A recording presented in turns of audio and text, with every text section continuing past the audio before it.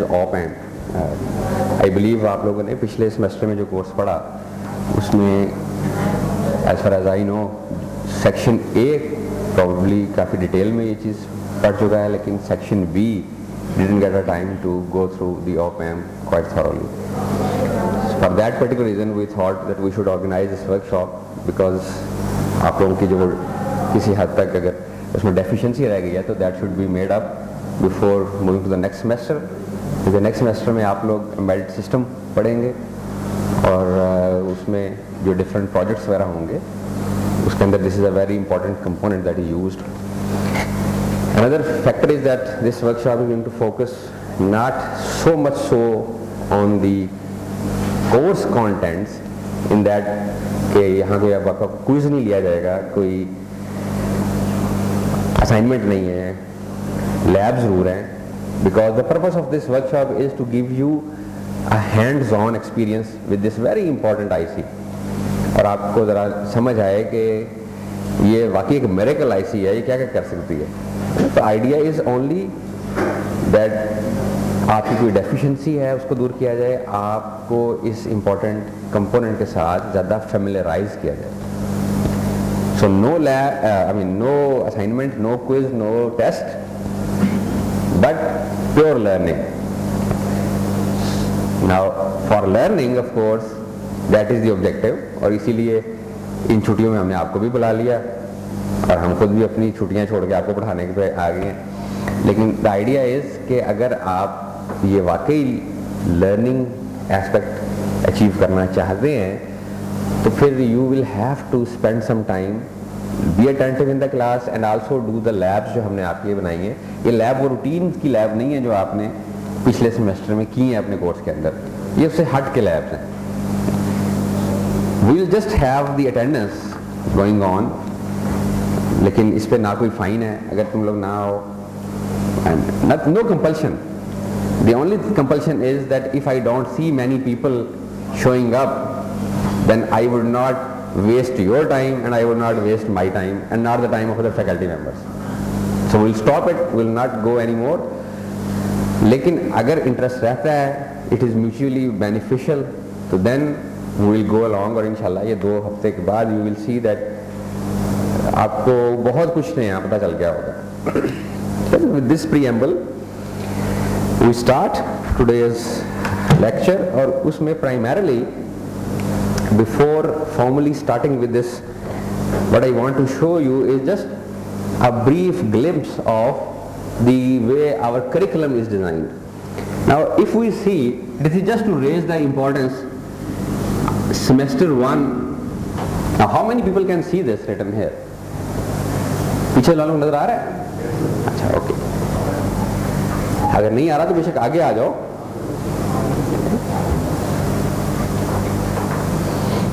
यहां भी आ सकते हैं लोग, आगे.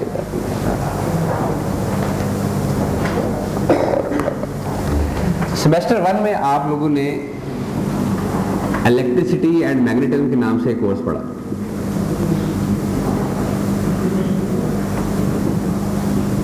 That gave you the basic idea कि what is electric current, what is electric voltage, resistance क्या होती है, इनकी physical aspect क्या है, इंडक्टर क्या है, उसके बाद कैपेसिटर क्या है. The sequel course was taught to you in semester 2, that is circuit analysis 1.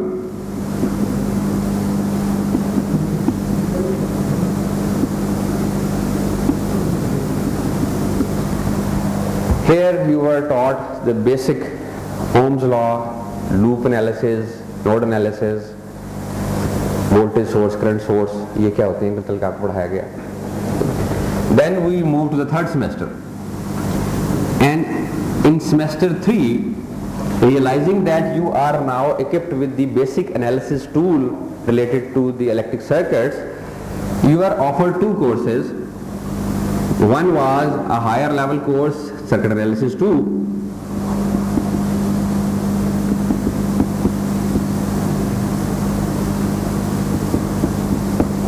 and then the other in parallel was electronic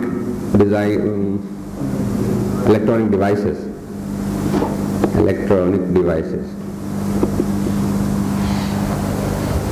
So from semester 3 here onward actually we started studying electronics. और electronics को चूँकि समझने के लिए कुछ certain basic loop soup Ohm's law और voltage current sources की ज़रूरत थी उस अंडरस्टैंडिंग की, दैट वी कवर्ड हेयर. उसके बाद हम यहाँ आगे सेकंड एनालिसिस 2 में you went on to more advance techniques, जिसमें कि लेप्लास ट्रांसफॉर्म आपने पढ़ा, लेप्लास ट्रांसफॉर्म से सर्किट कैसे किया जाता है सॉल्व उसको पढ़ा, फ्रीक्वेंसी रिस्पॉन्स पढ़ा. All these things were to be useful for the sequel course electronic design जो आपने 4th सेमेस्टर में पढ़ा.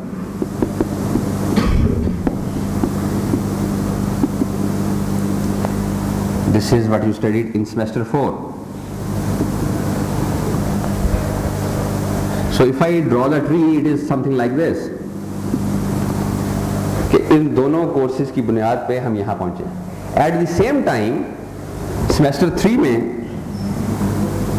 आपने एक कोर्स पढ़ा DLD, Digital Logic Design. Now if we look at the whole spectrum of electronics, we can say it is in 2 domains, analog electronics and digital electronics. So this is the side which was covering analog electronics, and this is the side which is covering digital electronics.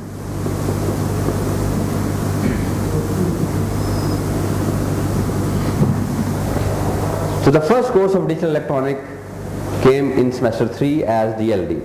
Now there is a relationship between DLD and electronic devices and circuit. In electronic, analog electronics world, over here you were taught devices. आपने diodes पढ़ी, फिर diode की different forms, zener diode पढ़ी, फिर हमने transistors पढ़े, उसमें BJT पढ़ा, FET पढ़ा, MOSFET पढ़े, और उनके basic circuits पढ़े. Common emitter amplifier, common collector amplifier, common base amplifier, how to do biasing of the transistor, why biasing is necessary. जिस तरह हमने एनालॉग इलेक्ट्रॉनिक्स की साइड पे सेमेस्टर 3 में फर्स्ट डिवाइसेस पढ़ी, इसी तरह हमने DLD में डिजिटल इलेक्ट्रॉनिक साइड के ऊपर फंडामेंटल डिवाइसेस पढ़ी. वो डिवाइसेस थी गेट्स, एंड गेट, और gate, nor gate. Treat these devices as the discrete components. इन्हें हम कहेंगे कि यहाँ पे आपको primarily basic devices पढ़ाई गई या components पढ़ाए गए.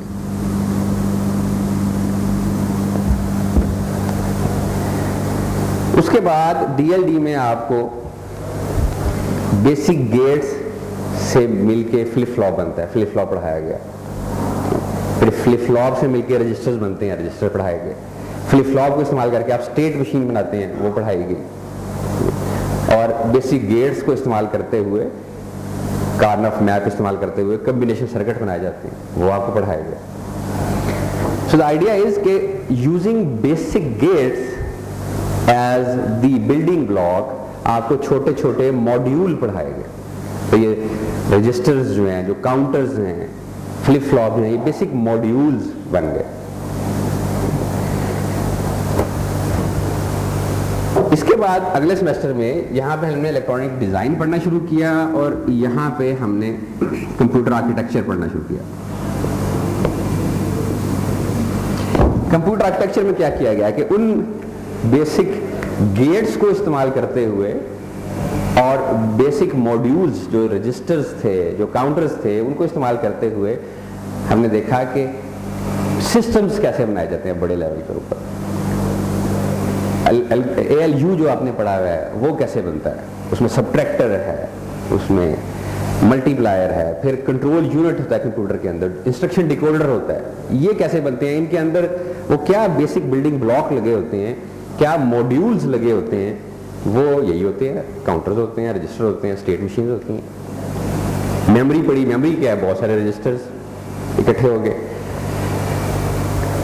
तो जिस तरह से हमने यहाँ पे गेट्स पढ़े, गेट्स के बाद मिलके बेसिक मॉड्यूल पढ़े और फिर उन मॉड्यूल्स को इस्तेमाल करते हुए यहाँ पे हमने एक बड़ा सिस्टम बनाने की कोशिश की. इसी तरह से बिल्कुल इसके पैरेलल जो इलेक्ट्रॉनिक डिज़ाइन का कोर्स था, इसमें जब आपको डिवाइसेस पढ़ा दी गई विच वर बेसिक कंपोनेंट्स, तो उसके बाद उन डिवाइसेस को मिला के ऑप एम्प्स बने एज दी बेसिक मॉड्यूल। यानी जिस तरह यहाँ पे काउंटर्स और रजिस्टर्स हम कह रहे हैं कि बेसिक मॉड्यूल होता है जो कि फंडामेंटल गेट से बनता है, इसी तरह यहाँ पे जो ऑप एम्प्स हैं ये बेसिक डायोड ट्रांजिस्टर्स इनसे मिलके बनता है, and this acts as the basic module जिससे फिर हम बड़े बड़े डिज़ाइन बनाएंगे, सर्किट बनाएंगे। So that is the analogy जिस तरह से हमारे करिकुलम में आप लोगों को ये चीज़ पढ़ाई जाती है। I just wanted to give you this overview ताकि आपके दिन में एक फ्लो आ जाए कि जो करिकुलम है उसकी जो सर्टन सेमेस्टर के अंदर सर्टन कोर्सेज हैं उनकी ऑर्गेनाइजेशन क्या है और उनका क्या लॉजिकल लिंक है आपस में। अब इसके बाद सेमेस्टर 5 में आप आए हैं। सेमेस्टर 5 में आप पढ़ रहे हैं एम्बेडेड सिस्टम। वो बेसिकली वो जगह है जहाँ पे ये दोनों जाके इकट्ठे फिर मर्ज हो रहे हैं। एम्बेडेड सिस्टम में आपको पढ़ाया जाएगा कि अब आपने एक सिस्टम बनाना है, तो सिस्टम में डिजिटल पार्ट भी होगा, एनालॉग पार्ट भी होगा, तो कैसे ये दोनों चीज़ें इकट्ठी हो जाती हैं और एक कंप्लीट सिस्टम बनता है, एक रियल लाइफ सिस्टम, जिसमें कि आपने कोई पार्किंग लॉट सिस्टम बनाना है, कोई मोटर कंट्रोल बनाना है, anything that you want to make. उसमें कंप्यूटर आर्किटेक्चर वाली डोमेन से आप आ रहे होंगे माइक्रो कंट्रोलर के ऊपर, उस पर प्रोग्रामिंग कर रहे होंगे, कंट्रोल्स कर रहे होंगे, लेकिन उसके बाद जब आपने एनालॉग वर्ल्ड के साथ कोई चीज़ कंट्रोल करनी है तो वहाँ पे आपको इलेक्ट्रॉनिक डिवाइसेस चाहिए होंगी जो कि बेसिकली उस एनालॉग वर्ल्ड के साथ इंटरफेस कर सकें, क्योंकि हमारे गिर्द most of the world is analog. सूरज की रोशनी, आवाज़, स्पीड मोटर की, ये सारी एनालॉग हैं, कंटिन्यूस फैशन में कम ज़्यादा होती रहती हैं। तो बेसिकली सेमेस्टर 5 में ये दोनों चीज़ें जाके यूँ मर्ज कर रही हैं कोर्स के अंदर, और वो एम्बेडेड सिस्टम का कोर्स है। So now we come to the basic module op amp. So now what we are going to study in this course are the two basic modules of amp, which stands for what? किसका amplifier है? Operational amplifier का. So this is one that we are going to study. The other is timer IC 555. These two fall in the category जिन्हें हम कहते हैं analog ICs. अभी तक आपने आईसीज देखे थे सिर्फ डिजिटल पार्ट में, कि आपको वो 14 पिन का आईसी मिल गया, 7400 या 7404, एक नैंड चिप है, एक नॉट चिप है। But don't have this idea कि जो आईसीज का कॉन्सेप्ट है वो सिर्फ डिजिटल डोमेन में नहीं, एनालॉग डोमेन में भी आईसीज हैं। एंड यू सॉ एटलीस्ट 741 मेरा ख्याल आपने लैब में देखा होगा, वो भी आईसी 8 पिन का है। इसी तरह से 14 पिन का आईसी भी होता है जिसमें कि 4 ऑप एम्प आ जाते हैं।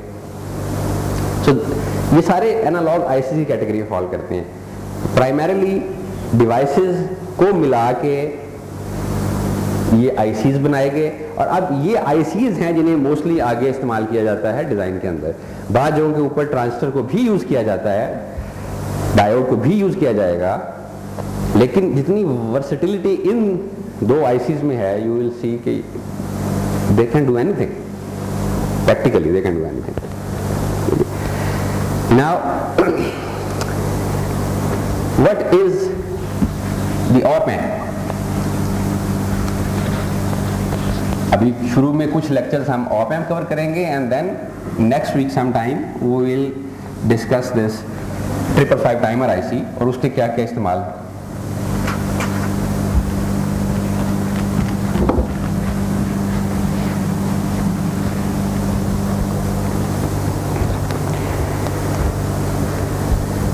वो कहाँ है उसमें? ये अच्छा जी,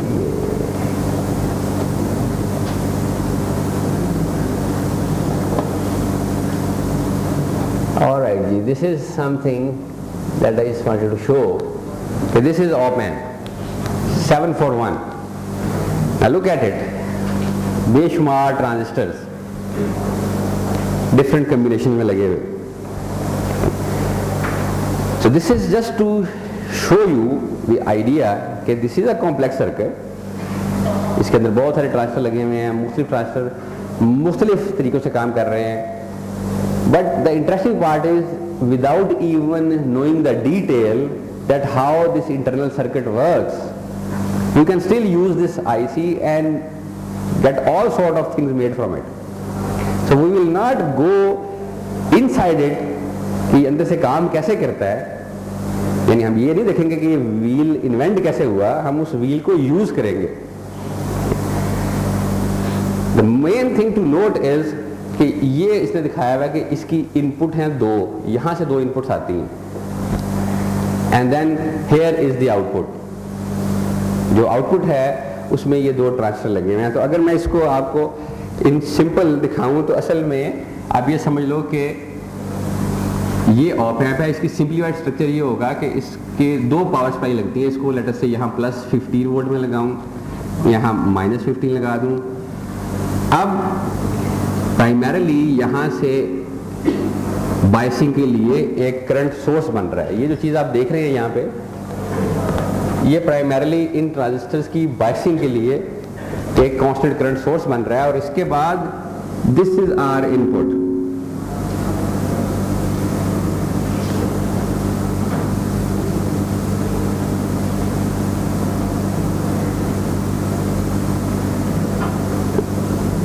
एक हमारी ये इनपुट है, दूसरी ये इनपुट है। So this is input number 1 and this is input number 2, and then output side को अगर आप देखेंगे और से, तो output side के ऊपर this is what you will see।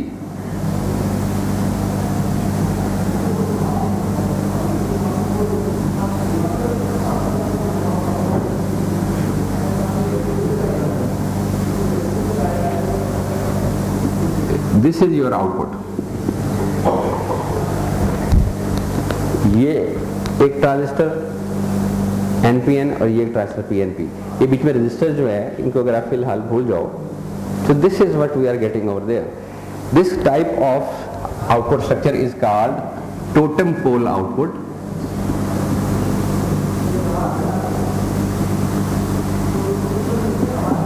और इस तरह की आउटपुट आप लोगों ने पिछले दफा इस कोर्स में पढ़ी थी किसी एक सर्टेन एम्पलीफायर में, किसी को याद है? लास्ट कोर्स इलेक्ट्रॉनिक डिजाइन में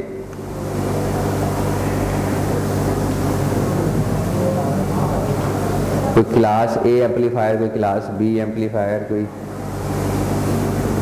किसी को कोई बेल रिंग नहीं करती, क्या चीज?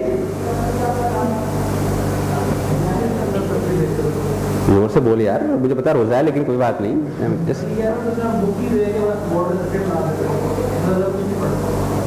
अच्छा जी, दिस इज आप लोगों ने class B push pull amplifier पढ़ा होगा। बेसिकली उसकी आउटपुट भी तकरीबन इसी तरह से रिजेंबल करती है। तो it is that kind of output. There are different, अगर मैं सिर्फ इन चीज़ों से अपने आप को कंसर्न रखूं तो आप देखोगे कि प्राइमरीली बाकी जो भी सर्किट अंदर है I am not that much bothered, लेकिन this is the block diagram जो अगर मेरे जहन में हो तो मेरे बहुत सारे काम आसान हो जाते हैं। हम इस ऑप एम्प का सिंबल यूं बनाते हैं, एक ट्रायंगल सी, इसके अंदर दो इनपुट, ये वो दो इनपुट हैं जो मैंने यहाँ दिखाई हैं, जो आप देख सकते हैं कि ट्रांजिस्टर्स की बेसिस हैं। इसको हम कह देते हैं non inverting input. Non inverting क्यों कहते हैं, ये जब मैं आगे इसकी आपको एप्लीकेशन दिखाऊंगा तो फिर आपको बात क्लियर हो जाएगी। और इसको कहते हैं inverting. So this is inverting input and this is non-inverting input. Here comes the output, और ये है जिसको हम कहते हैं जी VCC plus supply and VEE। ये उसका सिंबल और उसके ये 5 important terminal. That is what op amp is all about. So keep this symbol in mind and then keep in mind the relationship with this कि output is a kind of a totem pole output, जिसमें दो transistor series में लगे हुए हैं, ऊपर NPN उसके नीचे PNP, दोनों के एमिटर टाइड है, यहाँ से आउटपुट निकलनी है। और इनपुट जो है वो आप दोनों की ट्रांसफर की बेसिस के ऊपर दे रहे हैं।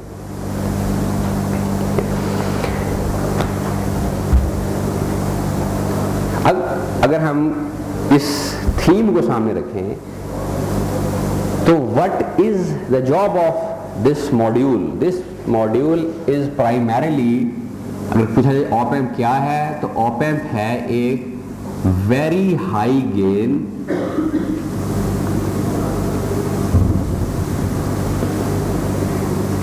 DC amplifier. This is what op amp is. तो अगर कोई पूछे कि ऑप एम्प क्या है, तो op amp is a very high gain DC amplifier. आप लोगों ने common emitter, common collector, common base amplifier पढ़े। हर एम्पलीफायर की अपनी प्रॉपर्टी थी। अगर किसी को याद हो, कॉमन एमिटर, कॉमन कलेक्टर और कॉमन बेस, इसमें से कौन सा एम्पलीफायर है जो करंट को भी एम्पलीफाई करता है और वोल्टेज को भी एम्पलीफाई करता है? कॉमन एमिटर, बिल्कुल ठीक। और कौन सा जो सिर्फ करंट को एम्पलीफाई करता है?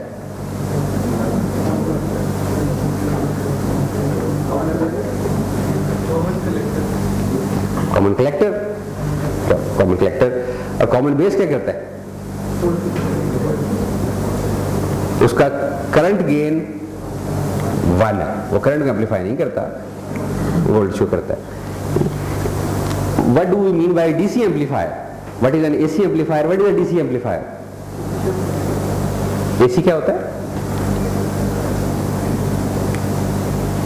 यार मुझे ये लगता है कि जो बोलता है उसकी वो सारी एनर्जी निकल जाती है, रोजे के बाद वो फिर चुप कर जाता है। उसके बाद बेशक पूछते हो कि भाई क्या है, वो आगे से कुछ नहीं बोलता। तो इतनी बुरा रोजा लग रहा है। Let us make it interactive. मैं जैसे कहा कि आपका कोई यहाँ पे क्विज नहीं हो रहा, कोई टेस्ट नहीं होना, but at least unless you speak out, गलत ही बोलो, कम से कम ये पता चल जाएगा कि यार मेरा ये आइडिया गलत था, और you will get it corrected. अगर तुम नहीं बोलोगे मैं हूँ अच्छा यार, सबको सब कुछ आता है तो मुझे बताने की जरूरत नहीं है, आगे चलते हैं। तो अगर किसी के जहन में कोई गलत कॉन्सेप्ट था या किसी को किसी चीज़ का जवाब नहीं आता था तो नहीं आएगा फिर भी। इसलिए let's be interactive. What is DC amplifier, what is AC amplifier?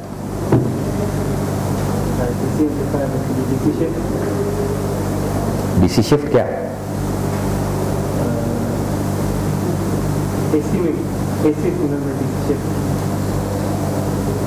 कुछ तो बोलो कि भाई डीसी एम्पलीफायर डीसी को एम्पलीफाई करता है, एसी एम्पलीफायर एसी को एम्पलीफाई करता है, यही कह दो। लेकिन डीसी शिफ्ट क्या चीज है?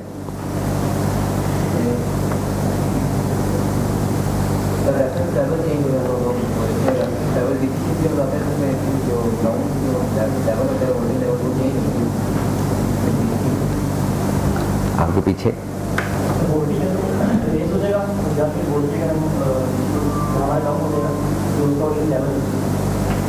ना यार, जैसे मैं कहा कि डीसी एम्पलीफायर जो डीसी को एम्पलीफाई करता है, एसी एम्पलीफायर एसी को एम्पलीफाई करता है, बस सिंपल सी बात।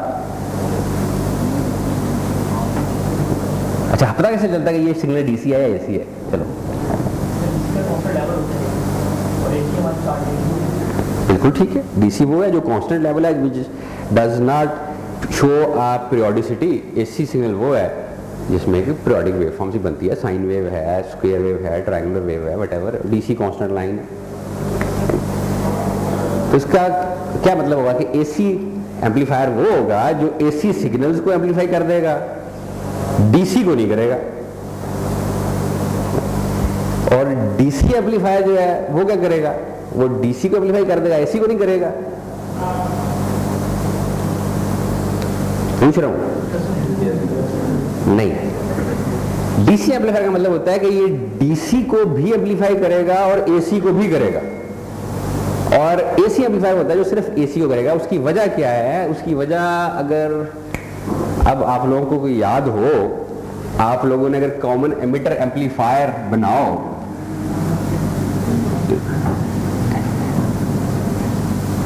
लेट मी से कि मैं सिंपल सा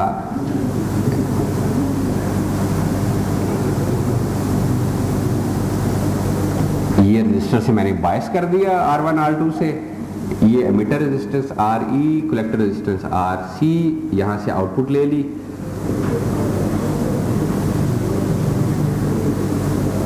प्लस VCC लगा दी और यहां से इनपुट देनी है। इस तरह से ये सर्किट होता था, या इसमें कुछ और भी लगा होता था? कैपेसिटर लगे होते थे। कहाँ लगे होते थे? RE के इधर लगा होता था और आउटपुट पे भी लगा होता था और इनपुट पे भी लगा होता था। बिल्कुल ठीक है। अब अगर यहां पे मैं एक DC सिग्नल दूं तो क्या वो सिग्नल कैपेसिटर में से गुजर के आगे जाएगा? नहीं जाएगा। इसलिए जहां कैपेसिटर लगा हुआ हो वो AC एम्पलीफायर होता है, वो कभी भी DC एम्पलीफायर नहीं हो सकता, क्योंकि कैपेसिटर DC गुजरने ही नहीं देगा। अगर मैंने इसको DC एम्पलीफायर बनाना है तो then there should not be any capacitor in it. This is a DC amplifier.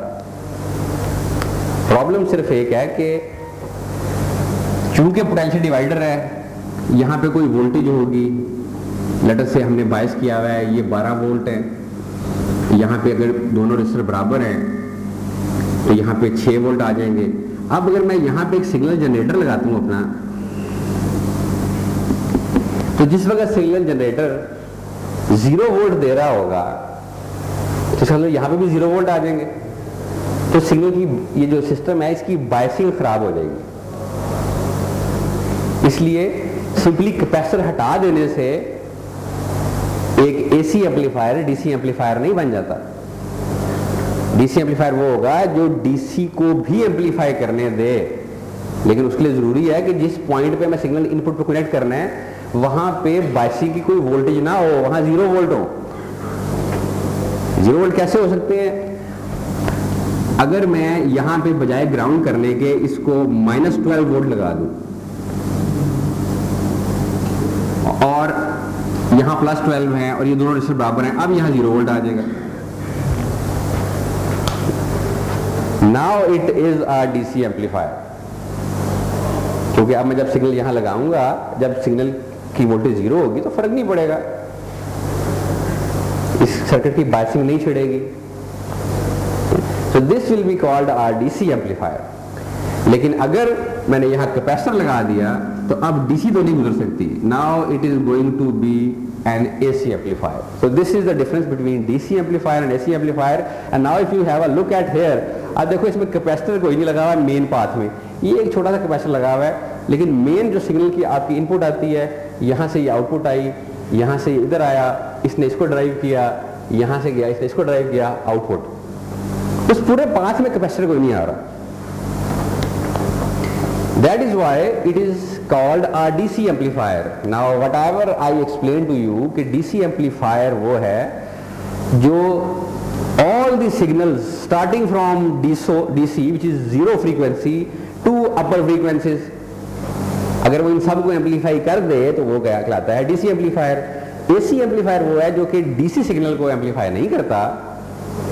क्यों नहीं करता? उसके अंदर कैपेसिटर लगे होते हैं और AC सिग्नल को एम्पलीफाई करता है। तो इस डेफिनेशन के साथ अगर हम देखें तो AC एम्पलीफायर या DC एम्पलीफायर दोनों में से सुपरसेट कौन सा है? DC amplifier, of course DC amplifier. So अगर कोई एक एम्पलीफायर खरीदना हो तो इट इज मच बेटर कि बंदा DC एम्पलीफायर खरीदे बजाय AC एम्पलीफायर के, क्योंकि ये DC एम्पलीफायर AC को भी करेगा, DC को भी करेगा। तो चोपड़ियां और दो ये भी नहीं कि सिर्फ AC एम्पलीफायर लेंगे तो AC को करेगा, DC को नहीं करेगा, फिर क्या करें? DC ज्यादा खरीदें? नहीं, आप एक ही खरीदें, लेकिन खरीदें DC amplifier. And that is why op amps are made like this as a DC amplifier, so that they can amplify DC signals as well as AC signals। ये सुपर सेट बन गया। ठीक है, alright, so this is just to refresh your memory कि what is the difference between DC amplifier and AC amplifier, and this is the reason कि चूंकि DC amplifier is a superset of amplifiers, इसीलिए op amp जो बनाया गया वो एक DC amplifier बनाया गया। अच्छा, अब फंक्शनैलिटी के पॉइंट ऑफ व्यू से now I am going to erase this thing. ये किसी ने अभी बनाना है तो बनाने दूंगा, मिटा दूं। तो कुछ बच्चे ऐसे भी हैं वो कह रहे हैं जी आप मिटाएं या ना मिटाएं, ना हमने बनाया है ना हमने बनाना है, आप जो मर्जी कर लें, that is fine.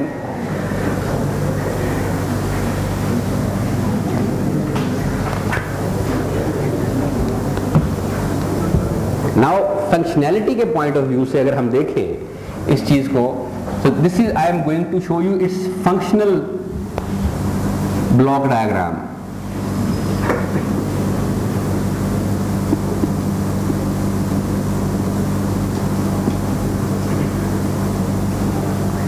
Functional block diagram में ये जो दो हमारी इनपुट हैं,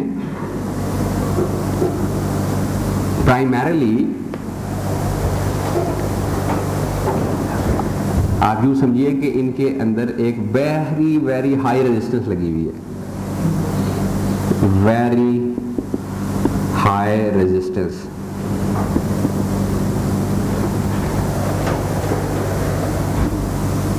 तो अगर मैं यहां पे एक सिग्नल अप्लाई करूं, let me call it E1 with respect to ground, और एक सिग्नल मैं यहां अप्लाई कर दूं,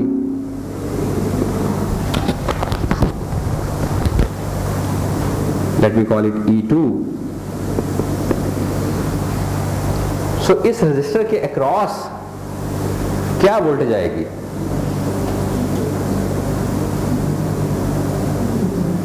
ठीक कह रहे हो, बोलो जरा जोर से।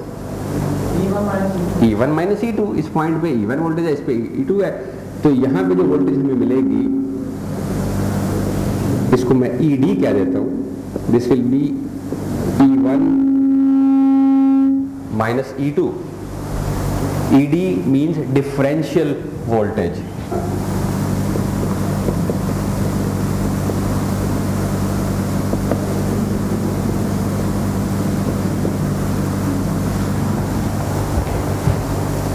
So what happens is that चूंकि ये एम्पलीफायर है, इसकी दो इनपुट हैं, ये इन दोनों इनपुट का जो डिफरेंस होता है उस वोल्टेज सिग्नल को एम्पलीफाई करता है।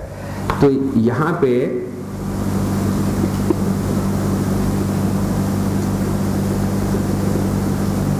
AOL इसका gain multiplied by ED differential voltage, ये वोल्टेज ये बाहर आ जाती है, this is the output terminal.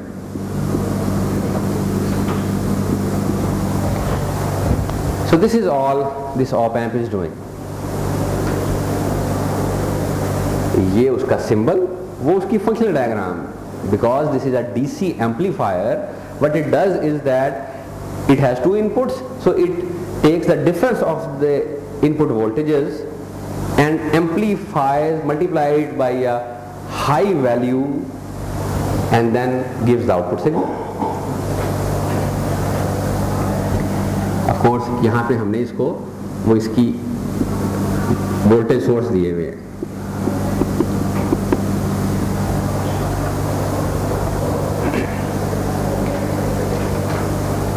The ideal amplifier, उसके कैरेक्टरिस्टिक्स जो हैं यहाँ से ड्राइव किए जा सकते हैं कि द आइडियल ऑप एम्प जो है वो होगा जिसमें नंबर 1 जो उसका गेन है AOL, OL stand for open loop. Why we are saying open loop, ये मैं आपको बाद में एक्सप्लेन करूंगा, लेकिन AOL इज इंफिनिटी, बहुत हाई हो अगर गेन की value, this is ideal that we want. Number 2, input impedance या इनपुट रेजिस्टेंस, इस सिग्नल को अंदर जो रेजिस्टेंस नजर आएगी it should again be infinity. अगर इसके अंदर इंफिनिटी रेजिस्टेंस होगी तो यहां से इस सिग्नल को जब मैंने लगाया तो कितनी करंट इसके अंदर जाएगी? 0, क्योंकि करंट तो होगी ना this divide by the input impedance. तो इनपुट इंपीडेंस अगर इंफिनिटी है तो बेसिकली ये ऑप एम्प इनपुट पे कोई भी करंट ड्रॉ ही नहीं करेगा। और इसी तरह से इसकी जो आउटपुट इंपीडेंस है वो होगी 0। मैंने यहाँ पे कुछ नहीं दिखाया, वरना हर एम्पलीफायर के यहाँ पे इंटरनल रेजिस्टेंस होती है लगी हुई। जो कि थोड़ी होती है। आइडियली एक अच्छा एम्पलीफायर वो होना चाहिए जिसकी इनपुट इम्पीडेंस बहुत हाई हो, आउटपुट इम्पीडेंस बहुत कम हो और गेन बहुत हाई हो। ये तीन चीज़ें हैं जो एक आइडियल एम्पलीफायर में चाहिए। और चूंकि हमने जो ऑप एम्प बनाया है, this is a DC amplifier, we would like it to have all these characteristics. Now of course ideal is something which is ideal which can never be achieved. So कोई भी op amp ऐसा नहीं है जो इस criteria पे पूरा उतरता हो। जितना इसके क्लोज होगा उतना अच्छा वो एम्पलीफायर होगा। अच्छा, now keeping this thing in mind, just to give you an idea कि जो ऑप एम्प हमें मिलते हैं उनका जो गेन है ये तकरीबन 1,00,000 2 लाख के करीब होता है। तो जो AOL है, ओपन लूप गेन, इसकी value is about 100,000 200,000। Input impedance की जब बात करें तो नाउ लुक एट जो फिगर मैंने यहाँ से मिटा दी थी, जिसमें मैंने आपको इनपुट पे दिखाया था कि ट्रांजिस्टर्स लगे हुए। ये ट्रांजिस्टर के मैं इधर से जब देखूंगा और मुझे जो इनपुट इम्पीडेंस नजर आएगी वही इनपुट इम्पीडेंस होगी।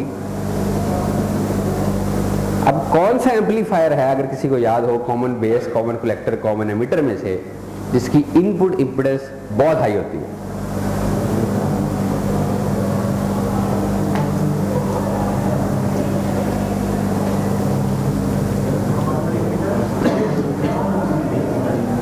नहीं याद?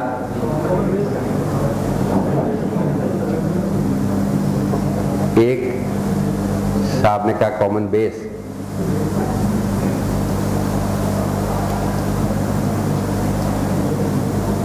बाकियों ने कहा हमें नहीं पता। ठीक है, चलो ये बताओ, कॉमन बेस या sorry common base, common emitter या कॉमन ड्रेन, दोनों में से किसकी इनपुट इम्पीडेंस हाई होगी? कॉमन ड्रेन का क्या मतलब है? कौन सा ट्रांजिस्टर की बात कर रहा हूं मैं? FET या मॉसफेट्स की बात कर रहा हूं। इन दोनों में से किसकी इनपुट इम्पीडेंस ज्यादा होगी? याद रहा, सिंबल ही जेन में ले आओ, बिल्कुल ही भूल आए हो छुट्टियों में। यहां भी इनपुट देंगे और दूसरी तरफ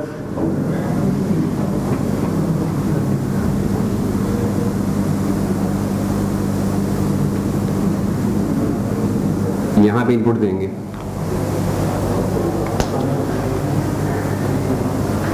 किसकी इनपुट इम्पीडेंस ज्यादा होगी? अगर मैं यहां से देखूं किसके अंदर मुझे ज्यादा रेजिस्टेंस नजर आएगी? क्यों? हाँ, कॉमन ड्रेन में वजह यह है कि इसके यहाँ पे इनपुट के ऊपर इनपुट का बाकी सर्किट के साथ इलेक्ट्रिकल कनेक्शन तो है ही नहीं, ये तो बीच में कैपेसिटर बना हुआ है। जबकि यहाँ पे तो बेसिकली इनपुट और एमिटर एक फॉरवर्ड बायस डायोड है। तो इसलिए जो आपके मॉसफेट्स होते हैं इनकी इनपुट इम्पीडेंस ज़्यादा होती है। इसीलिए जो ऑप एम्प हैं वो जैसे 741 ऑप एम्प है, ये IC का नंबर है 741, इसका सर्किट ये है, इसको हम कहते हैं कि ये पूरे का पूरा सर्किट जो है ये बना हुआ है यूजिंग BJTs। तो इसकी इनपुट इम्पीडेंस इतनी ज़्यादा नहीं, इसकी तकरीबन कोई 1 मेगा ओम के पास होती है। लेकिन एक और IC है जिसका नाम है LF351, ये कहलाते हैं BiFET op amp, BiFET op amp. इसका मतलब यह है कि इसमें बाइपोलर और फील्ड इफेक्ट ट्रांजिस्टर दोनों लगे हुए हैं। इसमें ये जो इनपुट स्टेज होती है यहाँ पे बजाय BJT लगने के मॉसफेट लगाया जाता है, वो वाला, और उसका पर्पस ये होता है कि वो उसकी इनपुट इम्पीडेंस बढ़ा देगा। इसकी जो इनपुट इम्पीडेंस है वो तकरीबन 10 मेगा ओम्स के पास होती है। इसका मतलब है अगर हमें हाई इनपुट इम्पीडेंस के हिसाब से आइडियल ऑप एम्प की तरफ जाना हो तो फिर LF351 is much better than 741। इसी तरह से जो हम गेन की बात करते हैं तो वो gain again I told you कि ये इसका इवन जो सबसे पहला ऑप में बना था 741, इसका गेन भी कोई 1 लाख 2 लाख के पास है। तो गेन की वैल्यू इन सब में डिसेंटली हाई होती है।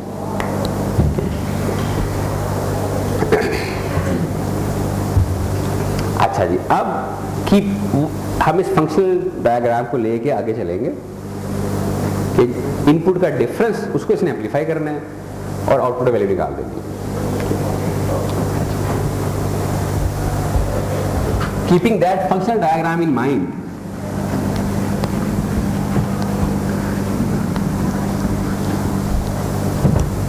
हम कोई सर्किट बनाना चाह रहे हैं, यही हमने एक ऑप एम्प ले लिया,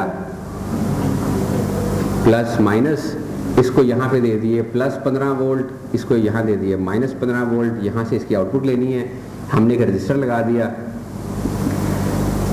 कि यहाँ से आउटपुट मेजर कर लेंगे।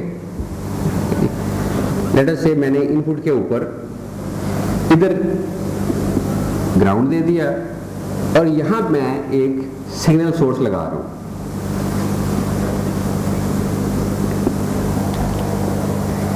हम अज्यूम कर लेते हैं कि इसके जो AOL की वैल्यू है वो 100,000, 1 लाख, और यहां मैं एक वोल्टेज अप्लाई कर रहा हूं Vin, and this Vin is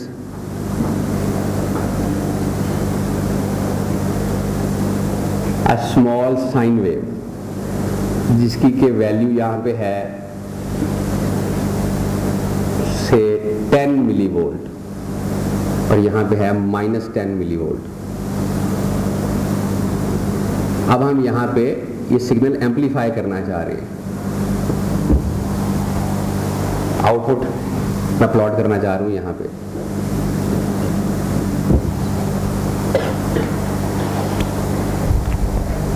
अच्छा जी, पहली बात तो ये कि इसकी आउटपुट ये एम्पलीफाई करके कितनी ज्यादा दे सकता है मुझे?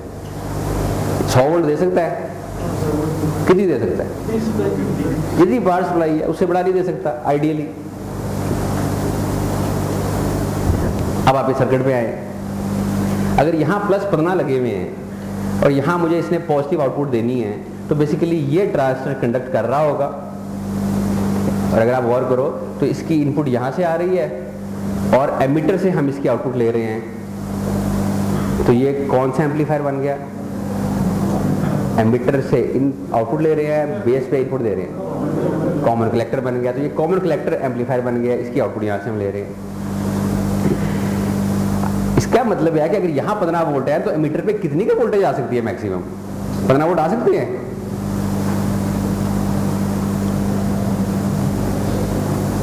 ट्रांजिस्टर एम्पलीफायर के तौर पे जब यूज हो रहा होता है तो वो किस रीजन में काम कर रहा होता है? सैचुरेशन रीजन में या एक्टिव रीजन में? एक्टिव रीजन में। एक्टिव रीजन में उसकी जो कलेक्टर और एमिटर के दरमियान वोल्टेज होती है वो कितनी होती है?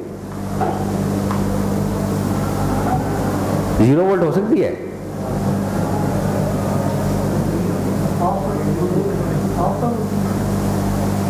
हाफ क्या?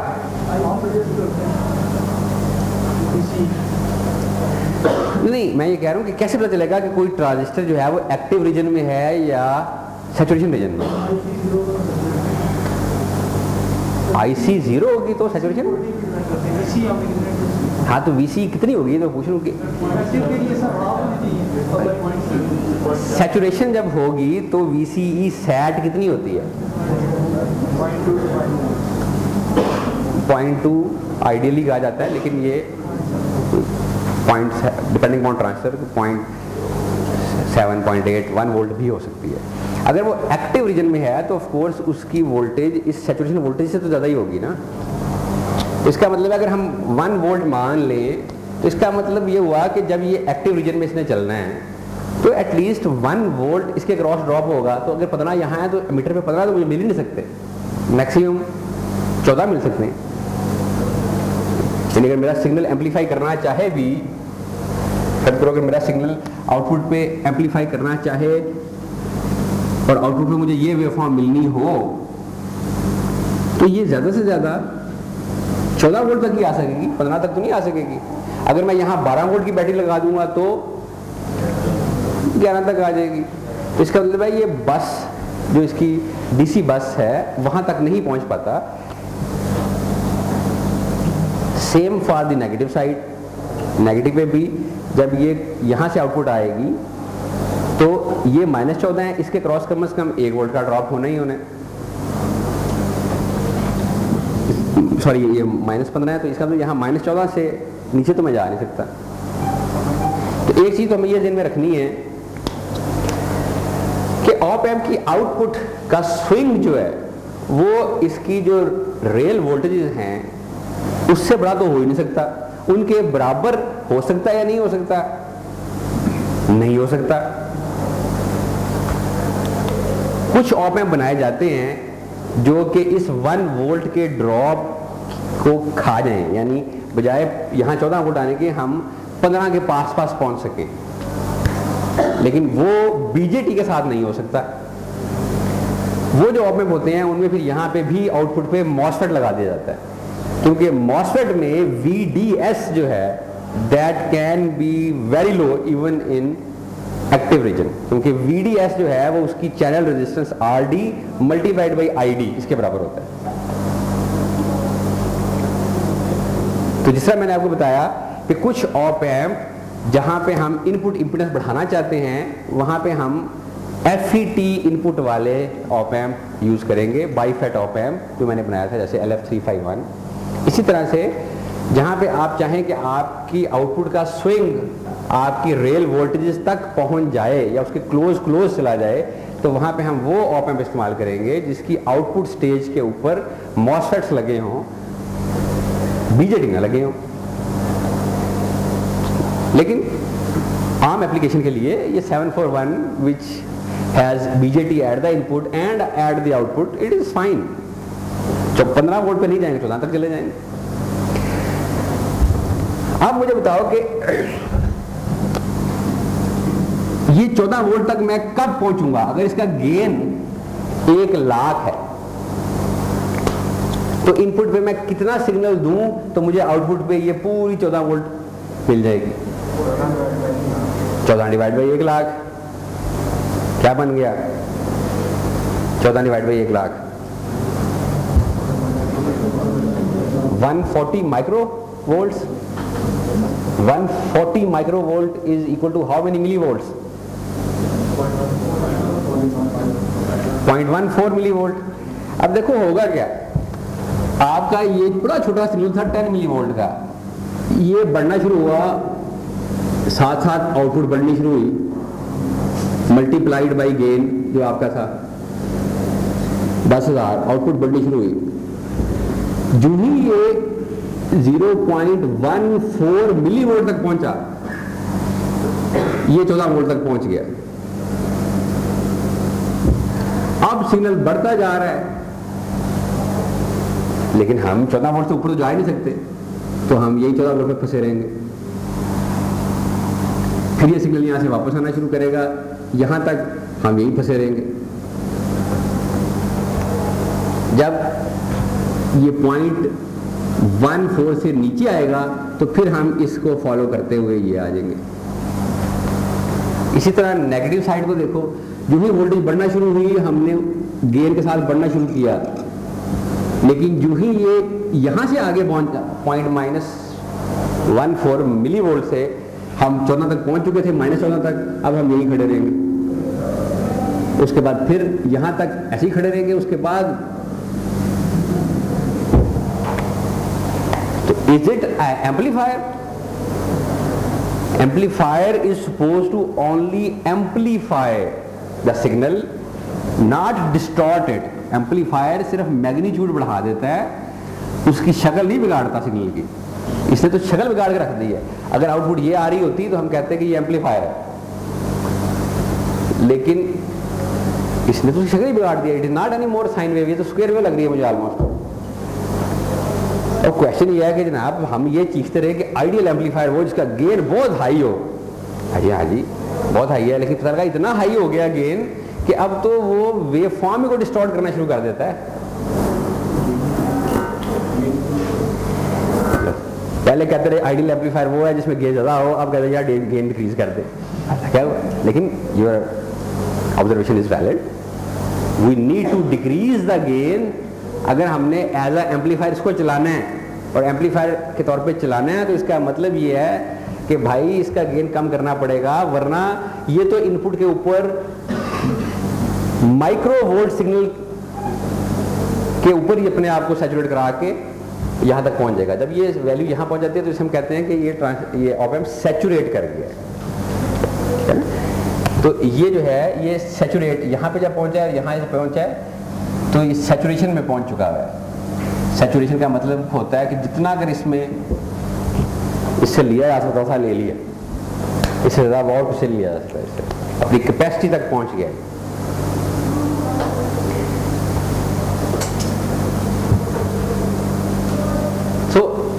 Because of this very high gain,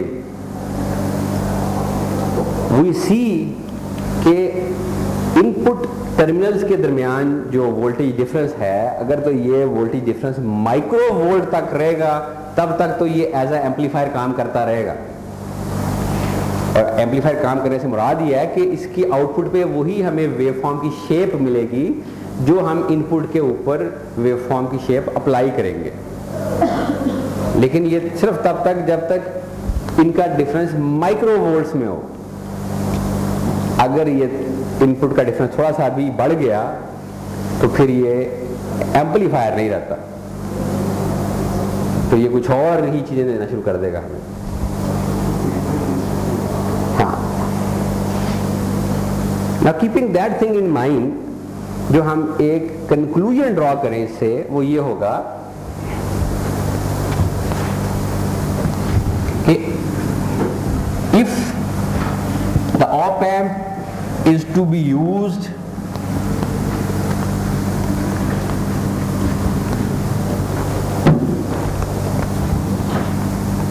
as amplifier,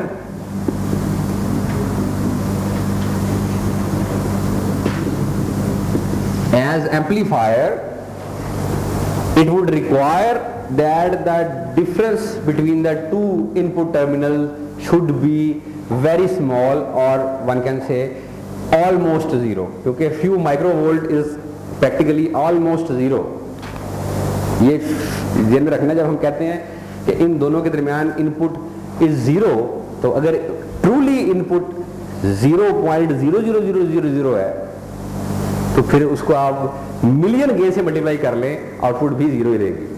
तो इसलिए ट्रूली जीरो तो नहीं हो सकता difference between both inputs, it is almost zero. जैसे ना 14140 माइक्रोवोल्ट्स, वो भी इस वक्त जब इसका गेन 1 लाख है। अगर इसका गेन 10 लाख हो गया तो सिर्फ 14 माइक्रोवोल्ट का डिफरेंस आएगा और आउटपुट सैचुरेट कर देगी। So as amplifier ED is almost zero.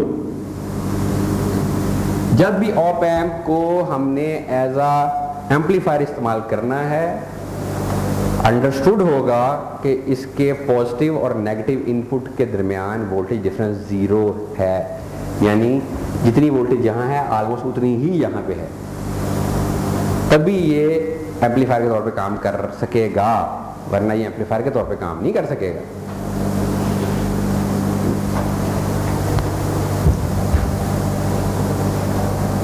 और उसके लिए जैसे हमारे एक दोस्त ने कहा कि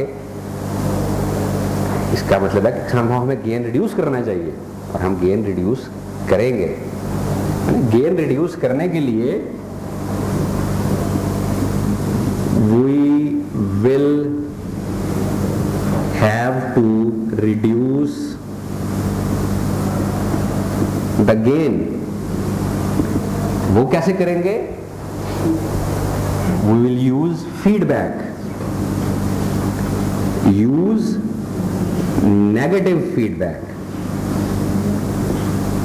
नेगेटिव फीडबैक क्या होती है कि बेसिकली आउटपुट को पकड़ें और नेगेटिव टर्मिनल के दरमियान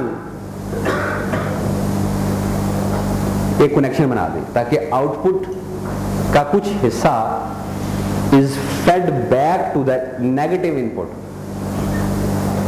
अगर मैं आउटपुट का कुछ हिसाब पॉजिटिव पे लगा दूं,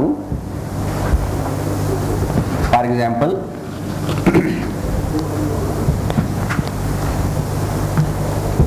if I make this circuit,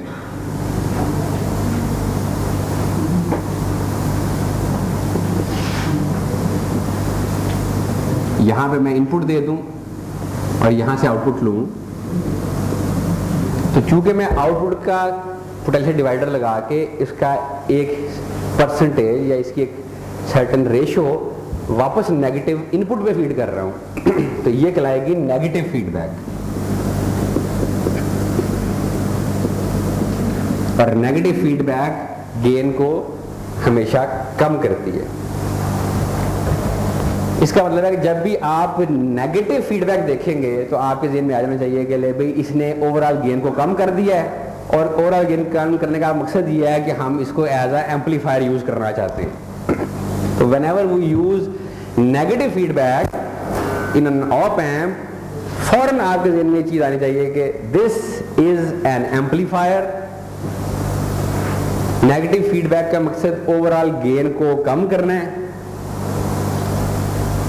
और जो अब नए गेन की वैल्यू मिलेगी, चूंकि ये एक लूप सी बन रही है, इसलिए हम उसको बजाय AOL कहने के ACL कहते हैं कि ACL mean close loop gain. तो ACL जो है it is always very very less than AOL।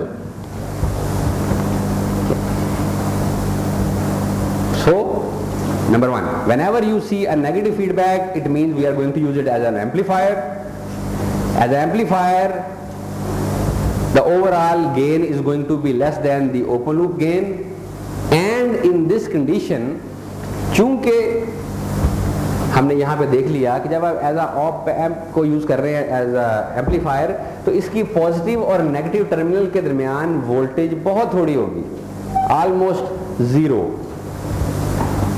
तो नेगेटिव फीडबैक में आप as long as it is working as an amplifier, इसका मतलब है as long as it is giving me output shape related to the input shape and it is not going into saturation, तब तक ये condition satisfy हो रही होगी।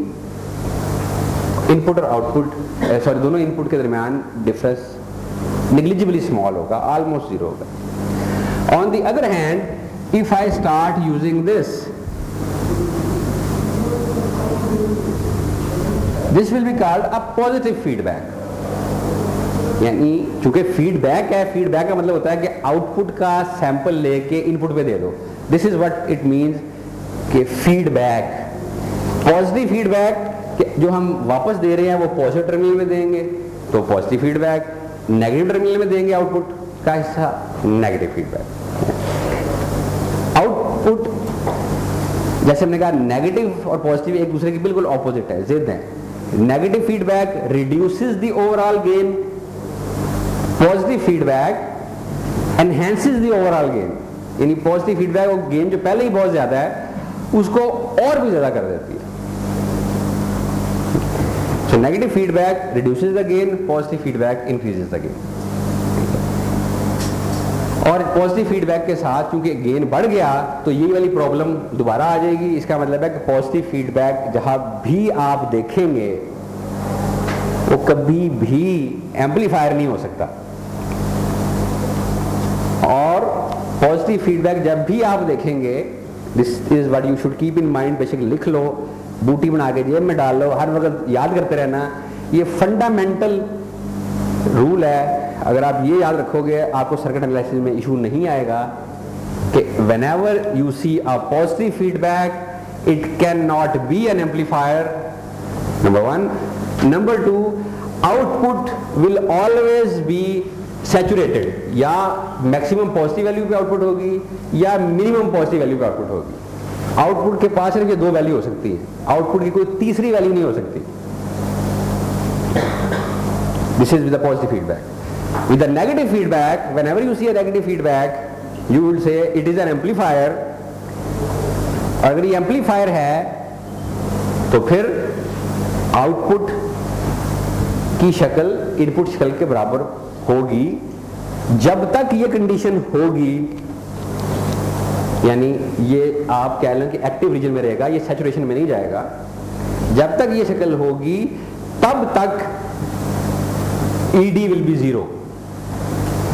The voltage difference between these two terminal will be almost 0. ठीक है, ये चीज बिल्कुल पले बांध लो। अब अगर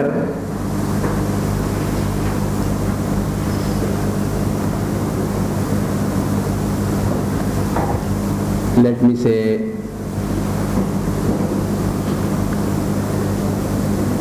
अगर ये हो रहा हो, अब ये क्या है, इसमें पॉजिटिव फीडबैक है, इसमें नेगेटिव फीडबैक है, क्या है?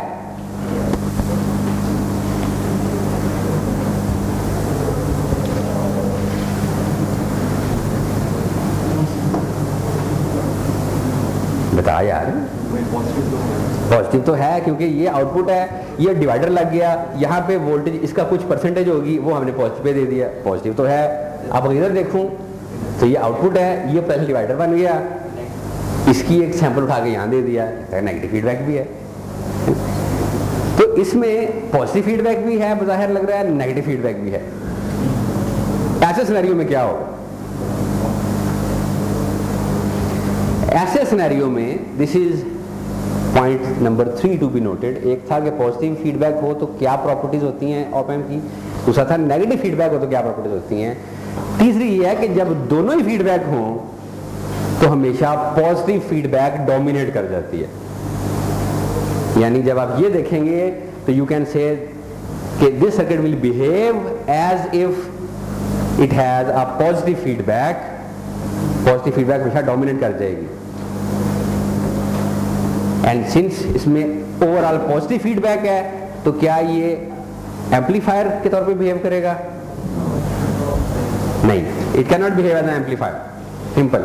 इसकी आउटपुट कैसी होगी? सैचुरेट होगी। इसकी आउटपुट या पॉजिटिव मैक्सिमम वैल्यू पे हो सकती है या नेगेटिव मैक्सिमम वैल्यू पे हो सकती है, बस और कुछ नहीं हो सकता। इसके आप ऊपर कोई सिग्नल की शेप एक्सपेक्ट नहीं कर सकते।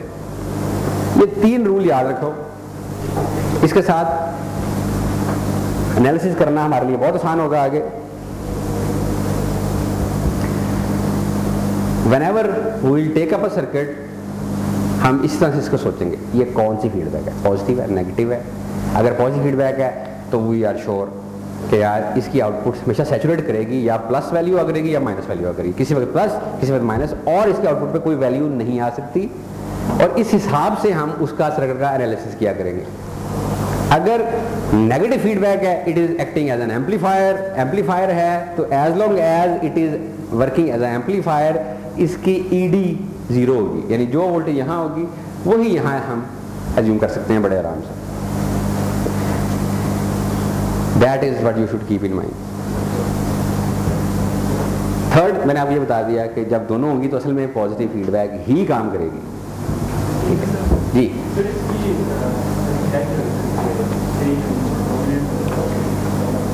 देखिए, इसकी रीजन ये है कि इस केस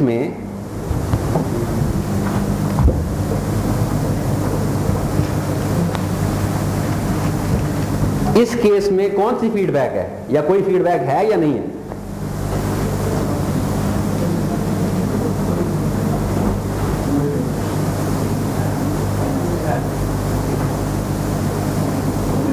है या नहीं है?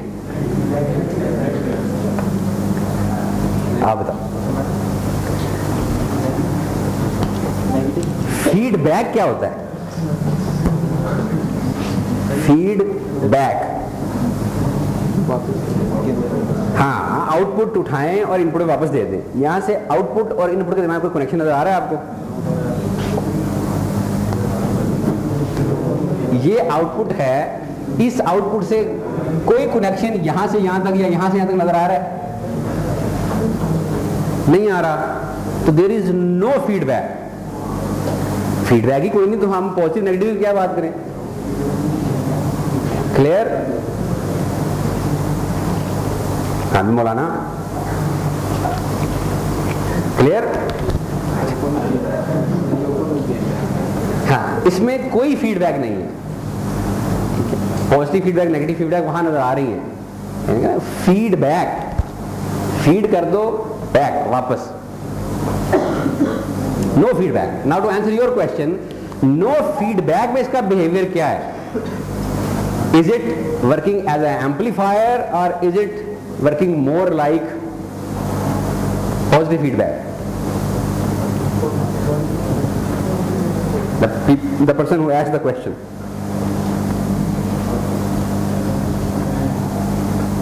अभी मैंने यार वेवफॉर्म पर बनाई थी, तुम्हें शक्ल दिखाई थी कि इनपुट के ऊपर जब ये आएगा तो आउटपुट के ऊपर ये नजर आएगा हमें।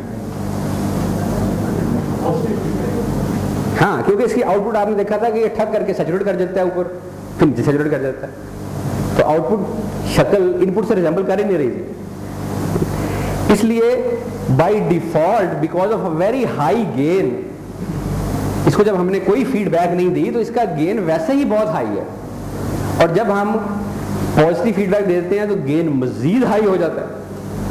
यानी ये जितना हाई गेन है ये पहले ही नहीं संभाला जा रहा, पॉजिटिव फीडबैक देंगे ये और ज्यादा बढ़ जाता है।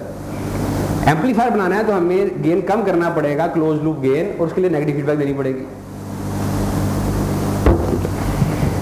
तो इसलिए आप ये कह सकते हो कि इनहेरेंटली, अगर मैं कहना चाहूं इसको, तो इनहेरेंटली हम कह सकते हैं कि यार ये ओपन लूप गेन इतना हाई है that it can not be used on its own as a amplifier. On its own it behaves such that कि इसकी आउटपुट सैचुरेट की रहती है जब भी कोई सिग्नल दें। यानी इन अदर वर्ड इसकी जनरल टेंडेंसी खुद ऐसे है एज इफ कि ये पॉजिटिव फीडबैक के तौर पे अपना इफेक्ट दिखा रहा है और आउटपुट को सैचुरेट करवा देता है। इसीलिए जब पॉजिटिव और नेगेटिव फीडबैक हम दोनों लगा देते हैं, दोनों एक दूसरे से लड़ रही हैं, तो हम कहते हैं यार इन दोनों ने लड़के एक दूसरे को दोनों को मार दिया, और इसका जो ओरिजिनल बिहेवियर है वो फिर सामने आ गया, which is more like very high gain positive feedback.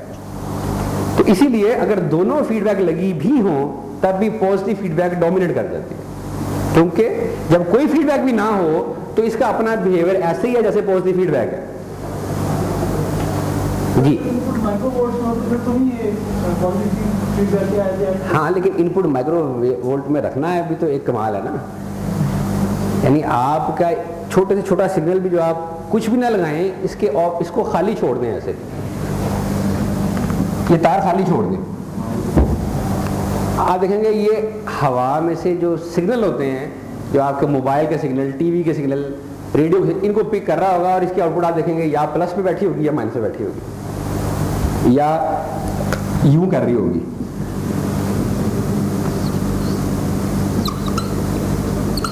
यूं कर रही होगी, ये 15 वोल्ट, ये -15 वोल्ट, यानी उसकी आउटपुट के रुक ही नहीं रही होगी, ऑसिलेट करती रहेगी बिटवीन टू एक्सट्रीम्स। जब यहां से थोड़ा सा भी पॉजिटिव वैल्यू आई, इससे ऊपर ठक करके यहां चला गया, जब थोड़ी सी भी नेगेटिव वैल्यू आई, इससे ठक के नीचे आ गया।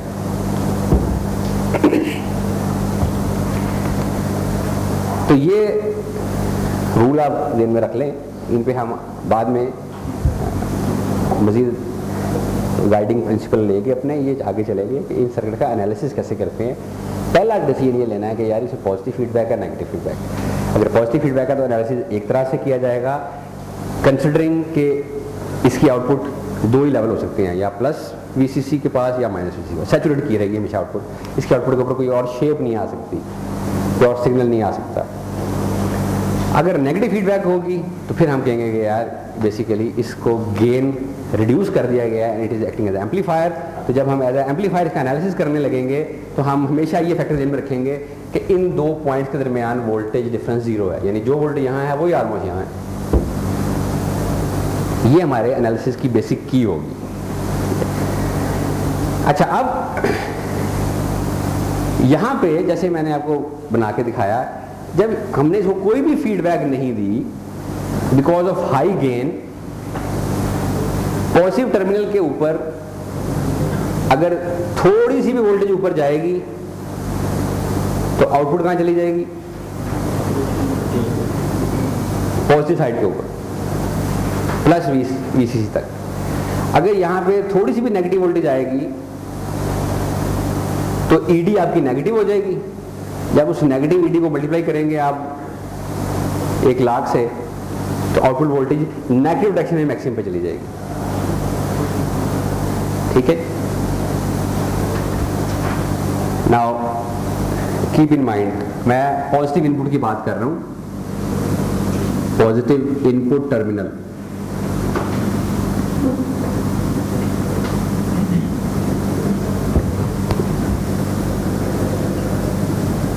वोल्टेज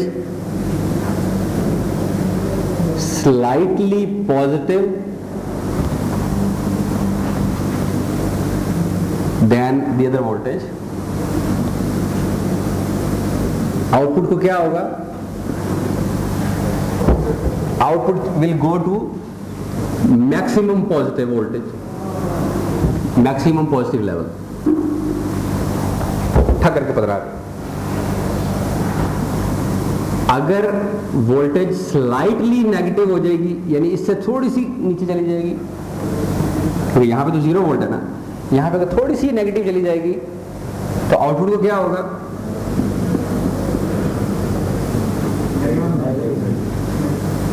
मैक्सिमम नेगेटिव लेवल पे चली जाएगी।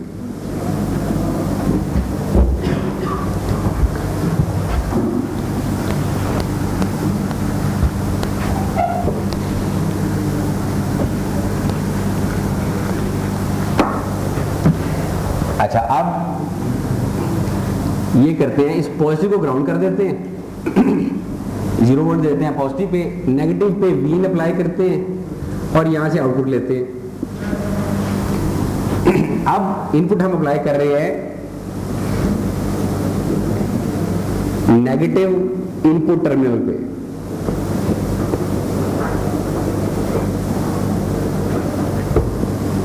अगर यहां पे वोल्टेज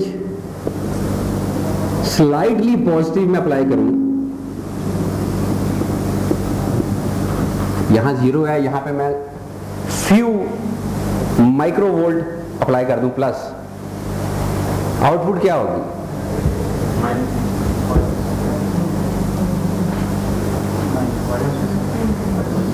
आप क्यों?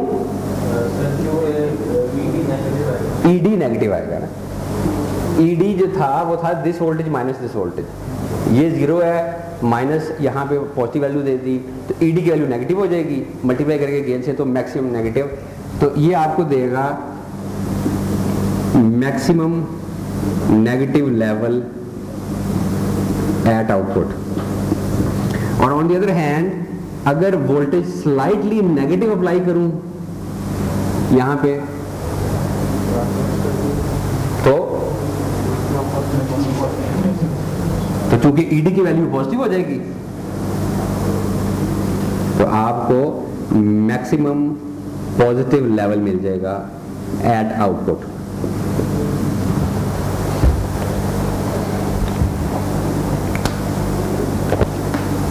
इसमें अगर किसी को कोई कंफ्यूजन हो, कोई क्वेश्चन हो, speak up, get your concept clear.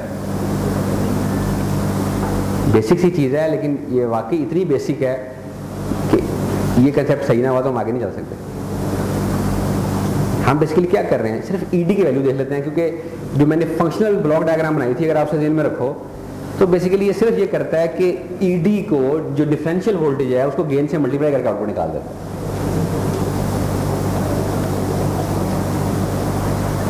तो अगर तो गेन से मल्टीप्लाई करने के बाद ईडी की वैल्यू इतनी छोटी थी कि वो इसकी जो मैक्सिमम बस वोल्टेज है इससे कम हुई तो वैल्यू वहां आ सकती है, लेकिन उससे ज़्यादा पे तो जा ही नहीं सकता, सैचुरेट करा देगा। और ईडी कैसे निकालते हैं? Voltage at positive terminal minus voltage at negative terminal, this is ED, differential voltage. So op amp actually amplifies the differential voltage at its terminal, this is the job of amplifier. यानी op amp क्या है? हमने कहा था op amp is a very high gain DC amplifier क्या करता है? It amplifies the differential voltage present at its terminal, ये करता है। नाउ फ्रॉम हियर आप देखोगे पॉजिटिव टर्मिनल के लिए जब बात कर रहे हैं तो अगर यहाँ पे वैल्यू थोड़ी सी पॉजिटिव हो तो आउटपुट भी पॉजिटिव डायरेक्शन चली जाती है, अगर नेगेटिव हो तो नेगेटिव डायरेक्शन चली जाती है। इसीलिए इस टर्मिनल को कहा जाता है नॉन इन्वर्टिंग टर्मिनल, यानी जो ट्रेंड इनपुट के ऊपर नजर आएगा वही ट्रेंड आउटपुट के ऊपर नजर आएगा। जबकि यहाँ पे क्या है, नेगेटिव टर्मिनल में अगर इस पर पॉजिटिव वोल्टेज अप्लाई करें आउटपुट नेगेटिव पे चली जाती है, अगर यहाँ पे नेगेटिव वोल्टेज अप्लाई करें आउटपुट पॉजिटिव पे चली जाती है। तो आउटपुट का बिहेवियर इन्वर्टेड है देन इनपुट, इसीलिए इस इनपुट टर्मिनल को कहा जाता है इन्वर्टिंग टर्मिनल या इन्वर्टिंग इनपुट। तो नॉन इन्वर्टिंग इनपुट का जब हम जिक्र ही करते हैं ना कि इनपुट अप्लाई सिग्नल दे दो जी इन्वर्टिंग इनपुट के ऊपर, फौरन आपको दिन आ जाना चाहिए कि इन्वर्टिंग इनपुट, इसका मतलब है जो आउटपुट में जो शक्ल मिलेगी वो इनपुट से उल्टी होगी। इनपुट अगर बढ़ रही है आउटपुट में गिर रही होगी, इनपुट में अगर वोल्टेज कम हो रहा है आउटपुट में वोल्टेज बढ़ रहा होगा। और अगर कभी भी हम इनपुट अप्लाई करेंगे टू नॉन इन्वर्टिंग टर्मिनल, तो नॉन इन्वर्टिंग का मतलब ये है कि आप अगर इनपुट बढ़ रही होगी पॉजिटिव डायरेक्शन में तो आउटपुट भी पॉजिटिव डायरेक्शन में बढ़ेगी, अगर इनपुट नेगेटिव डायरेक्शन में गिर रही होगी आउटपुट भी नेगेटिव डायरेक्शन में गिर जाएगी। That is how this positive terminal को हमने नॉन इन्वर्टिंग इनपुट कहना शुरू किया, and it is this reason for which negative input को इन्वर्टिंग इनपुट कहना शुरू किया, इन्वर्टिंग इनपुट टर्मिनल। तो अब समझ में आ गया कि इसमें इन्वर्टिंग, मैं कल को अगर तुमसे पूछूं कि यार ये इसको इन्वर्टिंग इनपुट क्यों कहते हैं और उसको नॉन इन्वर्टिंग इनपुट क्यों कहते हैं, तो you should be able to explain it like this. जैसे मैंने आपको कहा है कि सर अगर हम ये कंसिडर करें सर्किट, तो जब हम नॉन इन्वर्टिंग इनपुट के ऊपर पॉजिटिव वोल्टेज दें तो ईडी की वैल्यू पॉजिटिव हो जाएगी और आउटपुट भी पॉजिटिव मिलेगी। और अगर हमने इनपुट के ऊपर इस टर्मिनल के ऊपर एक नेगेटिव वोल्टेज दी तो इनपुट नेगेटिव हो जाएगी, जो डिफरेंशियल इनपुट ईडी है वो नेगेटिव हो जाएगी, गेन से मल्टीप्लाई होकर आउटपुट जो आएगी वो भी नेगेटिव ही आएगी। इसलिए चूंकि आउटपुट उसी डायरेक्शन में चेंज होती है जिस डायरेक्शन में हम इस इनपुट के ऊपर इनपुट सिग्नल को चेंज करते हैं, दैट इज वाई इनपुट और आउटपुट इन फेज होती हैं। इसलिए हम इसको नॉन इन्वर्टिंग इनपुट कहते हैं कि जो सिग्नल यहां दिया जाएगा वो अपनी ही पोलैरिटी में, अपनी ही डायरेक्शन में आउटपुट देगा। और इसी तरह से इन्वर्टिंग का इससे ऑपोजिट। चलो आप बताओ ऑपोजिट क्या कहेंगे उसको, इसी तरह से जैसे मैंने किया कि why do we call it an inverting input. Sir इस पे अगर हमारे पास जो वोल्टेज है वो पॉजिटिव वोल्टेज अगर अप्लाई करेंगे तो आउटपुट पे वो नेगेटिव यानी कि डिक्रीजिंग वोल्टेज, इंक्रीजिंग वोल्टेज जो है ठीक है, लेकिन छलांग नहीं लगाओ, मैंने ऐसे नहीं कहा था, मैंने एक लिंक बना के आपको पूरा एक्सप्लेन किया था। आप बताओ। नॉन इन्वर्टिंग में पॉजिटिव है, अगर पॉजिटिव इनपुट है तो वीडी पॉजिटिव होगी, वो आउटपुट पे वही आगे आ जाएगी। और इन्वर्टिंग एम्पलीफायर में अगर इनपुट पे नेगेटिव टर्मिनल पे पॉजिटिव वोल्टेज है तो वीडी नेगेटिव हो जाएगी। वीडी क्या है? ईडी। हाँ, ईडी नेगेटिव हो जाएगी तो वो इन्वर्टिंग। राइट, इस तरह से आपने ईडी मिस किया था। One should make a link कि इनपुट आउटपुट लिंक क्या है, ईडी, आउटपुट क्या है, ईडी टाइम्स गेन। तो अगर मैं यहाँ पे नेगेटिव टर्मिनल के ऊपर एक पॉजिटिव वोल्टेज दूंगा तो बेसिकली ईडी नेगेटिव हो जाएगी, ईडी नेगेटिव हो जाएगी तो आउटपुट नेगेटिव हो जाएगी। तो इसलिए मैंने इनपुट टर्मिनल के ऊपर आल्दो पॉजिटिव वोल्टेज दी, आउटपुट नेगेटिव डायरेक्शन में चलेगी, यानी उल्टी डायरेक्शन में चलेगी। दैट्स व्हाई इन्वर्टेड इनपुट, उल्टी हुई इनपुट। ठीक है,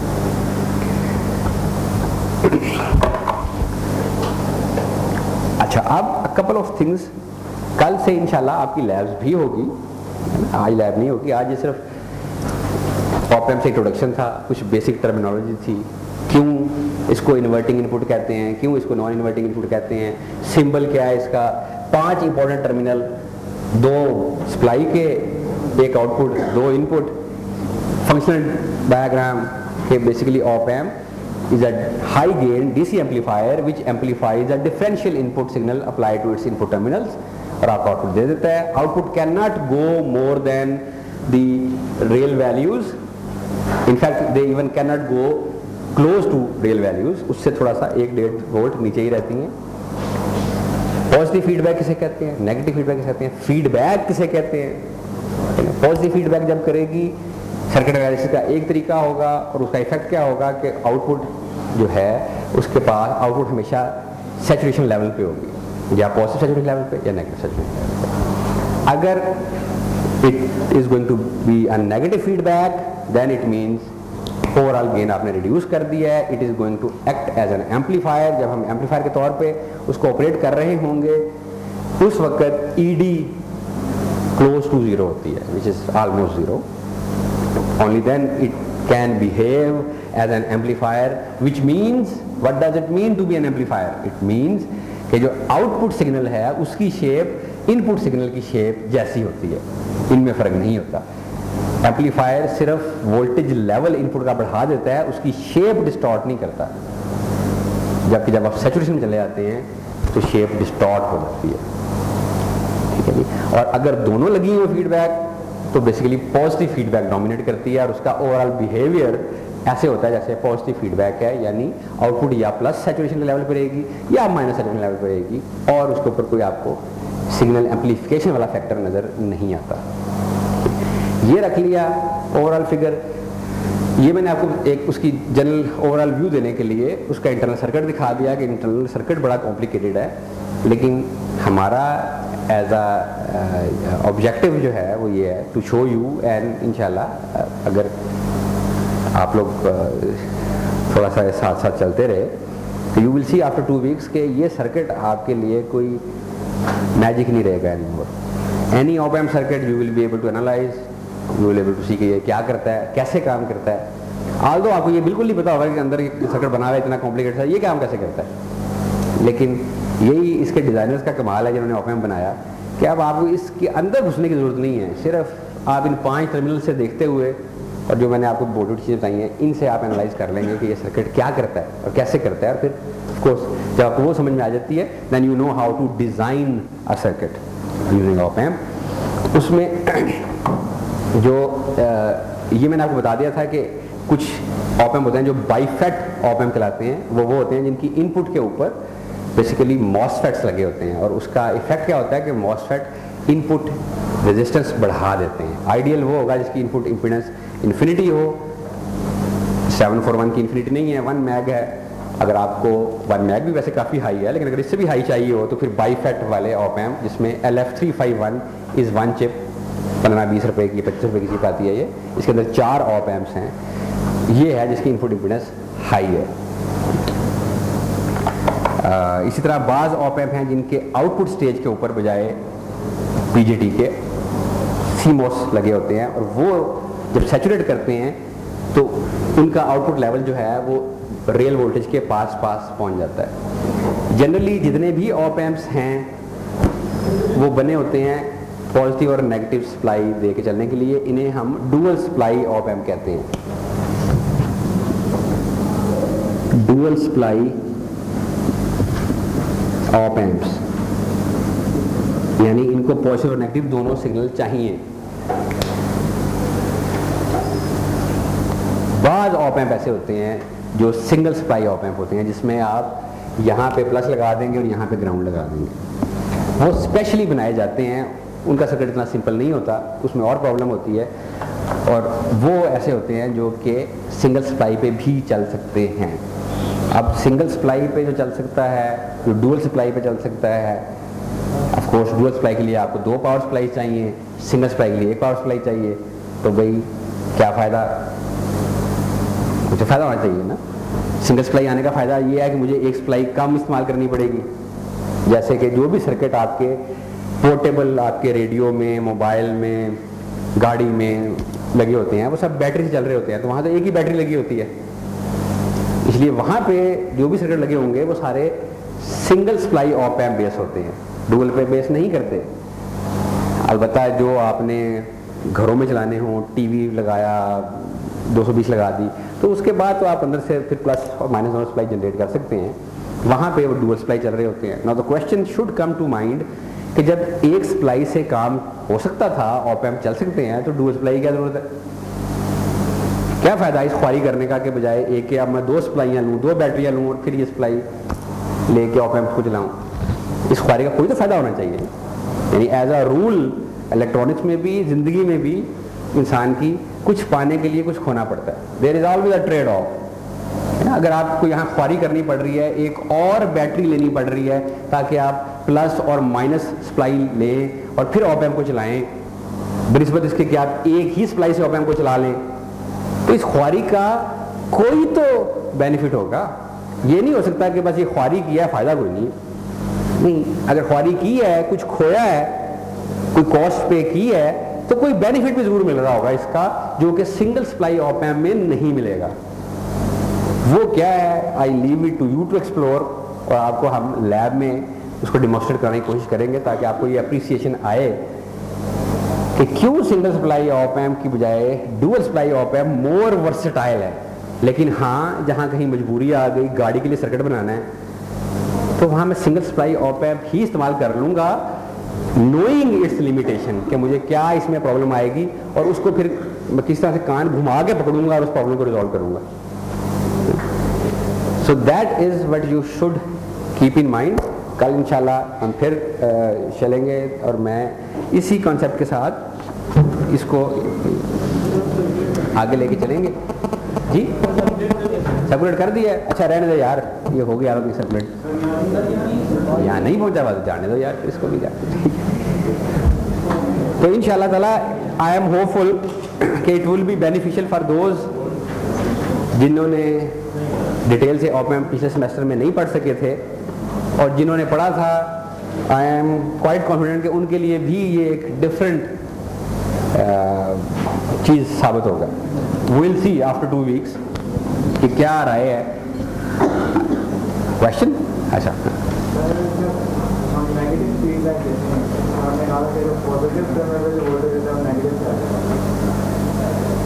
जब सॉरी दोबारा को नेगेटिव फीडबैक देते हैं तो पॉजिटिव टर्मिनल पे जो वोल्टेज है वो उससे नेगेटिव पे आ जाता है। ये कब का? जब पॉजिटिव टर्मिनल वोल्टेज देते हैं, जब नेगेटिव फीडबैक देते हैं। अच्छा भाई दे लेने दे ताकि पता चलता रहे कि क्या कह रहे हैं।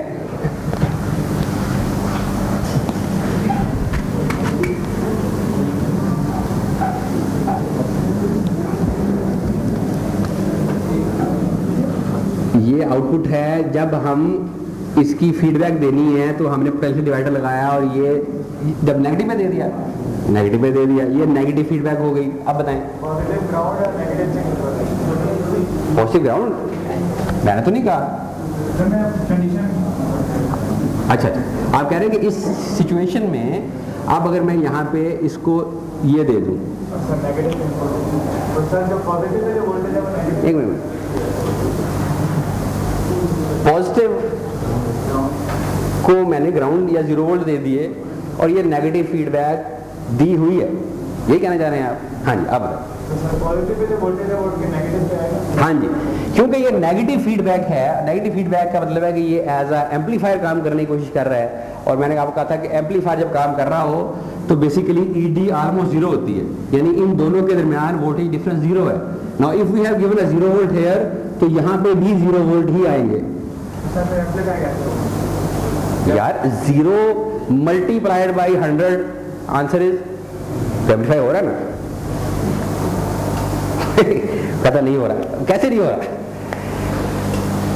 सिग्नल है 0, एम्पलीफायर ने क्या करना है, उसको 1000 से मल्टीप्लाई करना है। हाँ कर दो, फिर आउटपुट क्या आनी चाहिए?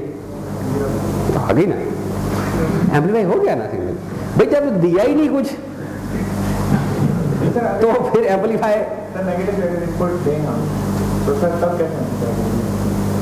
जब नेगेटिव इनपुट दे, इनपुट आ रही है, कहाँ से आ रही है यार?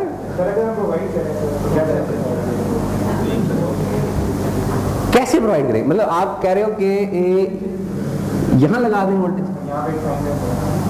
नहीं, यहाँ पे आप साइन वेव कैसे दे सकते हैं? आप अगर दोगे तो बेसिकली आप गलत कर रहे हो। फिर इट वुड नॉट बी कि आपने एक इनपुट यहाँ दी, एक इनपुट यहाँ दी। कभी भी आप 2 आउटपुट्स को इकट्ठा नहीं मिला सकते। आपने यहाँ 2 आउटपुट इकट्ठा मिला दिया। एक आउटपुट सिग्नल जनरेटर से आ रही है एक इस सिग्नल जनरेटर की आउटपुट है और एक इस डिवाइडर की आउटपुट है, आपने दोनों को इकट्ठा जोड़ दिया, ये कभी नहीं हो सकता, ये कभी नहीं हो सकता। आपने अगर करना हो तो फिर आपको बीच में रजिस्टर लगाना पड़ेगा। अब आप जोड़ सकते हैं। अब आप पूछ सकते हैं क्वेश्चन कि अब क्या होगा यहां पे? नहीं होगा, इसलिए कि आपने कनेक्शन ही गलत दे दिया। ये बिल्कुल वैसी चीज है, फर्ज करो मैंने एक एम्पलीफायर बनाया, कॉमन एमिटर एम्पलीफायर,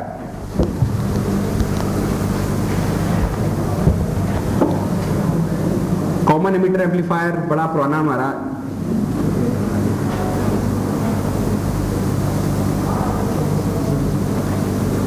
यहां से आउटपुट, यहां से इनपुट।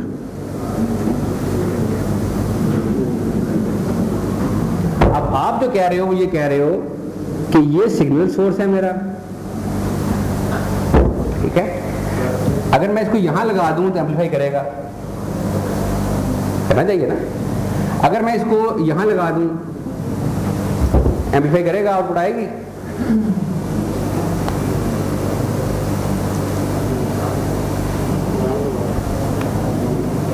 नहीं आएगी ना। यहां आप क्या कर रहे हो, यहां पे इनपुट दो, आउटपुट आएगी? बिल्कुल आएगी,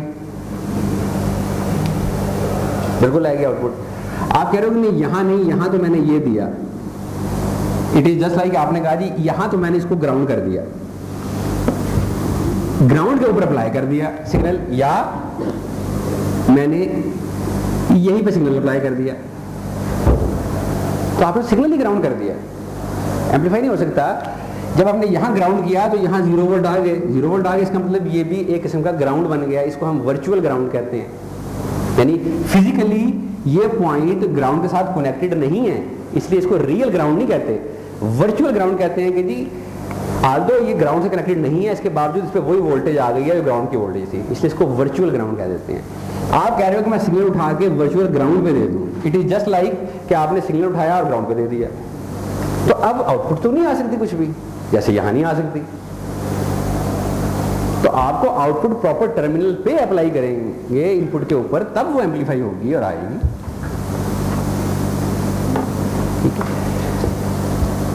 एनी अदर क्वेश्चन? जी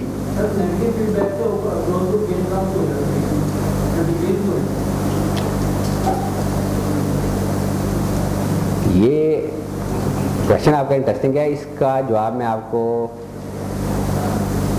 जब हम नेगेटिव फीडबैक का एनालिसिस करना सीखेंगे ना, उस वक्त मैं आपको उसका प्रूफ दूंगा कि ये क्यों हो जाता है। अभी प्राइमरीली मैं सिर्फ आपको ये चीज़ दिखा के कि जी ओवरऑल क्या है। अब हमारे पास दो रास्ते हैं, एक हम जाएंगे कि अगर पॉजिटिव फीडबैक हो तो क्या होता है और उस सर्किट का एनालिसिस कैसे किया जाता है। एक हम दिखाएंगे अगर नेगेटिव फीडबैक हो तो क्या होता है, उसका एनालिसिस कैसे किया जाता है। तो जब हम नेगेटिव फीडबैक वाली साइड पे चलना शुरू करेंगे ना, there I will explain to you कि कैसे ओवरऑल गेन बदल जाता है। फर्स्ट ऑफ ऑल कल से मैं आपको इसका जो नेचुरल बिहेवियर ओपन लूप है, जो कि हमने देखा, इसका open loop behaviour is just like a positive feedback behaviour, output saturate कर जाती है। तो इस फॉर्म में हम कहते हैं कि it is working as a comparator, कि अगर ईडी पॉजिटिव हुई तो आउटपुट ठक करके पॉजिटिव सैचुरेट कर देगी, अगर ईडी नेगेटिव हुई तो आउटपुट ठक करके नेगेटिव सैचुरेट कर देगी। हम इस बिहेवियर को लेके पहले हम इसको स्टडी करेंगे, क्योंकि ये जो कंपैरेटर्स हैं they also form a very important class of electronic circuits, और इसके कई यूजेस हैं। तो पहले मैं आपको सिर्फ इसके वो यूजेस बताऊंगा, इसलिए पहले चीज जो हम लेके चलेंगे वो ये नो फीडबैक, जिसमें कि एज अ पॉजिटिव फीडबैक ही बिहेव करेगा, और फिर पॉजिटिव एक्सक्लूसिव फीडबैक, उसमें भी ये एज अ कंपैरेटर ही रहेगा, उसमें भी इसकी output between two levels, positive saturate या नेगेटिव सैचुरेट, इनके दरमियान ही रहेगी। इसी को पहले हम लेके चलेंगे। जब ये कर लेंगे, इसी में ऑसिलेटर बनते हैं, इसी में एस्टेबल, मोनोस्टेबल, मल्टी वाइब्रेटर्स बनते हैं, इसी में सिग्नल जनरेटर्स बनते हैं। हम ये सारी क्लास पढ़ लेंगे उसके बाद फिर हम आएंगे कि जी अब आइए नेगेटिव फीडबैक के ऊपर।